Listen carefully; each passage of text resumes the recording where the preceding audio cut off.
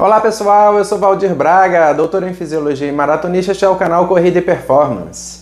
No vídeo de hoje nós vamos falar sobre o treino por frequência cardíaca. Será que eu devo usar mesmo esse treino? Será que esse treino é 100% preciso, 100% acurado para que eu possa fazer os meus treinos na intensidade correta e evoluir como eu devo evoluir? Então fiquem comigo até o final, esse vídeo está bem bacana, tem muita coisa provocativa e no final vocês vão se surpreender. Tá certo? Antes da gente começar, deixa eu agradecer aqui, nós atingimos 4.000 inscritos, já estamos bem próximos da nossa meta, que é 5.000 até o final do ano. A gente ganhou agora um prazo bom aí para atingir esses 5.000, então eu tenho certeza que com a ajuda de vocês a gente vai bater essa meta de 5.000 inscritos até o final do ano. Se você assiste os nossos vídeos e ainda não é inscrito, aproveita, clica aqui embaixo, já se inscreva no canal e já deixa o like nesse vídeo, são atitudes importantes para o canal continuar crescendo e para que vocês não percam nenhum dos episódios bacanas que são postados aqui, combinado? Então vamos lá, vamos falar dessa frequência cardíaca. Será mesmo que eu devo treinar por frequência cardíaca? A gente cansa de ouvir falar, treino em Z1, Z2, Z4, Z5, né? Diferentes intensidades. Hoje eu vou provocar vocês um pouquinho para mostrar que isso não é mil maravilhas, né? Nós ficamos muito presos em números. Eu quero saber quanto está a minha frequência, quanto está meu batimento, 175, 150. E às vezes a gente esquece de raciocinar um pouquinho sobre o que há por trás disso. Então eu vou trazer um pouquinho da fisiologia, depois falar sobre intensidades e no final mostrar várias limitações do treino da frequência cardíaca para que vocês possam ter esse senso crítico e entender que frequência cardíaca é legal. É legal treinar pela frequência cardíaca, mas eu tenho que estar ciente que ela não vai ser sempre 100% como é vendido por aí, tá ok? Então vamos lá, vamos um pouquinho sobre a base do treino de frequência cardíaca, né? E por que a nossa frequência cardíaca é um bom indicador quando a gente está correndo? Ora, toda vez que eu começo uma atividade, que eu vou aumentando a intensidade de uma determinada atividade, o meu organismo ele começa a exigir mais oxigênio, em especial para a musculatura que está ali, se contraindo, relaxando, contraindo, relaxando. Quanto maior o esforço, quanto maior a intensidade, mais o meu corpo precisa entregar oxigênio e nutrientes para essa musculatura que está trabalhando. Então, é natural eu pensar que quanto mais eu aumento a intensidade, mais a minha frequência cardíaca vai bater mais rápido. E isso é acompanhado também, obviamente, por um aumento da respiração, porque o oxigênio vem de fora, né? O meu sistema respiratório capta o oxigênio do ar, transfere esse oxigênio para o sangue, ele é transportado lá, ligado na molécula de hemoglobina, lá nas hemácias, e é entregue lá no músculo que está trabalhando, ao mesmo tempo que o CO2, proveniente já do metabolismo, é removido e eu expiro esse CO2 e jogo para fora. Então eu estou fazendo trocas gasosas a todo tempo, e é o meu sistema cardiovascular que está distribuindo esse oxigênio pelo meu organismo. Isso é bem básico, é bem tranquilo. Então é fácil entender, se eu aumento a intensidade eu preciso de mais oxigênio, eu tenho que respirar mais forte, uma frequência maior, e eu tenho obviamente que aumentar a minha frequência cardíaca para eu poder entregar mais sangue para os tecidos que estão lá trabalhando, para a minha musculatura, beleza? A gente tem que entender também que existe um retardo, né, um delay, um atraso nesses ajustes fisiológicos. O que eu estou querendo dizer com isso? Que muitas das vezes o esforço aumenta e a minha frequência cardíaca leva um tempinho para subir. Então eu tenho um retardo temporal de quando o meu coração vai responder àquele aumento de intensidade. Da mesma maneira, quando eu reduzo a atividade. Por exemplo, vocês dão um tiro de 400 metros. Quando vocês param, pronto, a intensidade acabou. Mas a frequência cardíaca ainda está bum, bum, bum, bum, bum, bum, bum, bum, até que o coração baixe. Então esse atraso ele é importante para a gente levar em consideração, que muitas das vezes o meu esforço já subiu, mas a minha frequência cardíaca ainda não chegou lá. Um outro ponto muito interessante, depois que você dá um esforço muito intenso, é mais difícil você trazer a sua frequência cardíaca para uma frequência mais baixa, a não ser que você reduza a intensidade por um período longo de tempo. Obviamente que isso tem muito a ver com seu nível de condicionamento e coisas desse tipo, tá certo? Mas vamos lá, então esse é o básico. E aí a gente tem o famoso treinamento por zonas, né? Que vai de Z1 a Z5. Em linhas gerais, né, eu estabeleço a minha frequência cardíaca máxima e a gente vai bater nesse ponto já que é o ponto mais crítico do treino por frequência cardíaca. Uma vez que eu conheço a minha frequência cardíaca máxima, eu faço uma estratificação, uma gradação dos níveis de frequência. Então, entre 50% e 60% da minha frequência cardíaca máxima vai estar a minha Z1. É aquela zona 1, aquela zona, né, que você faz o seu treino regenerativo. Me perguntaram no canal a diferença de treino leve e regenerativo. O treino regenerativo é feito em Z1. É o coração ali batendo um pouquinho acima só do que seria a sua situação de repouso. Ele está entre 50% e 60% da frequência cardíaca máxima.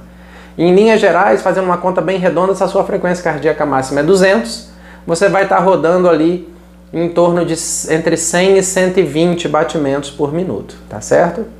Depois vem a zona Z2. A zona Z2 é a zona de treino leve, entre 60% e 70% da frequência cardíaca máxima.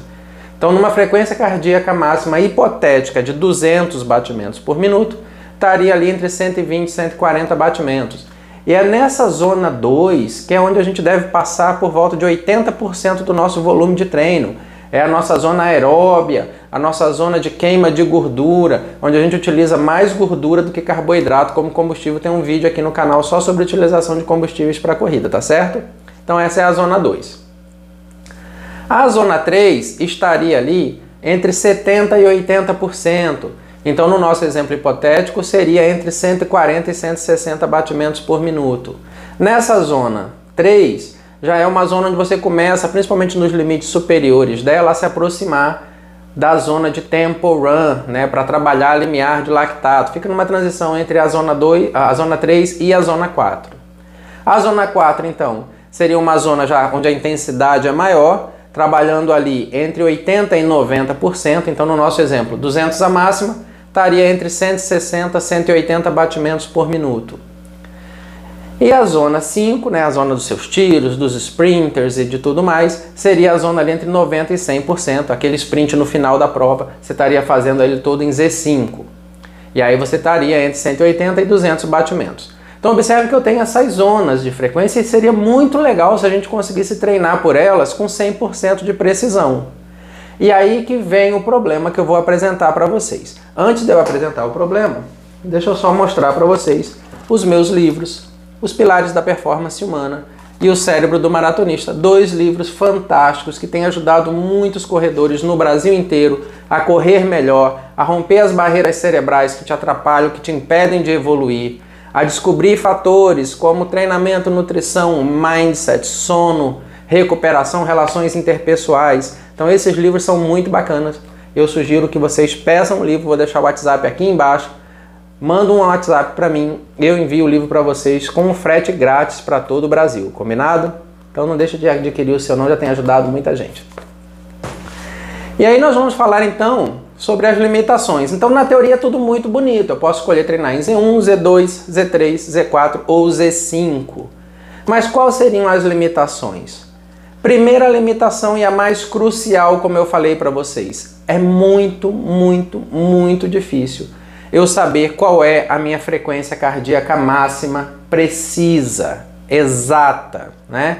Tem alguns índices para você poder estimar. O mais arcaico deles é o número 220 menos a sua idade, mas isso aí é muito furado, não tentem fazer isso porque não dá certo.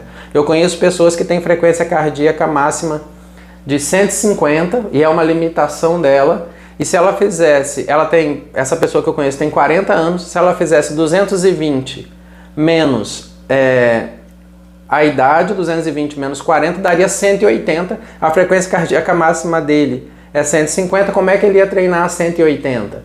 Então ele ia achar que um treino leve dele estaria bem abaixo e o esforço estaria, na verdade, muito grande, certo?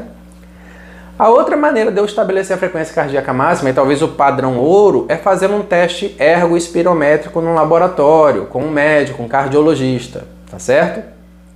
Isso é muito bacana, mas mesmo nesse teste padrão ouro tem uma limitação. Quem determina o fim do esforço máximo é você. Então você pode se sabotar nesse teste, você pode, falando de uma maneira bem simples, você pode arregar antes de atingir o seu máximo. Então, se você se predispõe a pagar, ou o teu plano de saúde está financiando, ou o que quer que seja, um teste ergoespirométrico, cara, chega lá, dá o teu máximo, é a tua chance de descobrir a tua frequência cardíaca máxima. Se ficar de mimimi e pedir para parar antes da hora, todos os seus números vão ser subestimados. E talvez sua frequência cardíaca máxima, que seria 180, você vai pedir para parar no teste com 170 e vai bagunçar todos os números que serão estabelecidos a partir dali, tá certo? Então nem o padrão ouro feito no laboratório pode ser 100% se você não der o seu máximo lá no dia daquele teste e chegar no seu 100%. Então veja que já é complicado você saber a sua frequência cardíaca máxima. E aí você descobriu a sua frequência cardíaca máxima e vem agora mais algumas limitações. É muito diferente se você treina, por exemplo, num terreno todo acidentado, cheio de montanha, cheio de sobe e desce, ou você treina na beira da praia, onde é tudo planinho. Ora, se eu estou treinando no plano, a minha frequência cardíaca não vai oscilar muito. E ela vai respeitar direitinho o esforço que eu estou colocando. Ah, e se eu treino numa situação já onde eu tenho subidas e descidas constantes? A minha frequência cardíaca vai subir muito, depois na descida ela vai descer mais do que deve, e aí o meu esforço ou o meu pace não vão bater com aquela leitura da frequência cardíaca, principalmente se você olhar o treino como um todo. Então tenham sempre em mente essas limitações, essas considerações, tá certo? Porque frequência cardíaca máxima é um número muito interessante. Treino por zona de frequência é super legal, mas vocês têm que entender que existem outras variáveis que vão afetar a sua frequência cardíaca. Que mais? Mesmo naquele dia onde está tudo perfeito, você sabe a sua frequência cardíaca máxima, você tem um treino lá em zona 3, você sai para fazer esse treino. Se você estiver estressado, se você estiver cansado, se você consumiu muita cafeína, se teu corpo está se recuperando de uma lesão, se você acabou de vir de uma prova, tudo isso vai afetar a sua frequência cardíaca e você pode fazer o mesmo treino, na mesma intensidade e ter leituras de frequência cardíaca totalmente diferentes.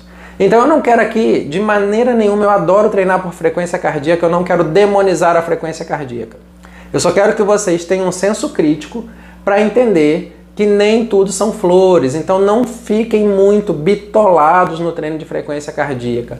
Auxiliem sim o treino de frequência cardíaca com percepção de esforço, com o autoconhecimento. Você sabe o pace que você desenvolve legal, que você está cansado, que você consegue dar mais um pouco. Então junta tudo isso, é isso que forma um corredor maduro, um corredor experiente, é a pessoa que se conhece, tá certo?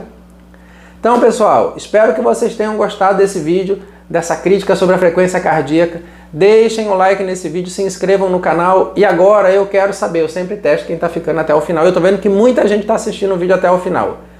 Deixa aqui para mim nos comentários, vocês gostam do treino de frequência cardíaca? Gostam por treinar por zonas de frequência?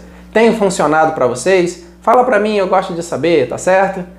Então pessoal, espero que tenham gostado do vídeo, eu aguardo vocês com todo o carinho do mundo, como eu sempre faço, no nosso próximo vídeo.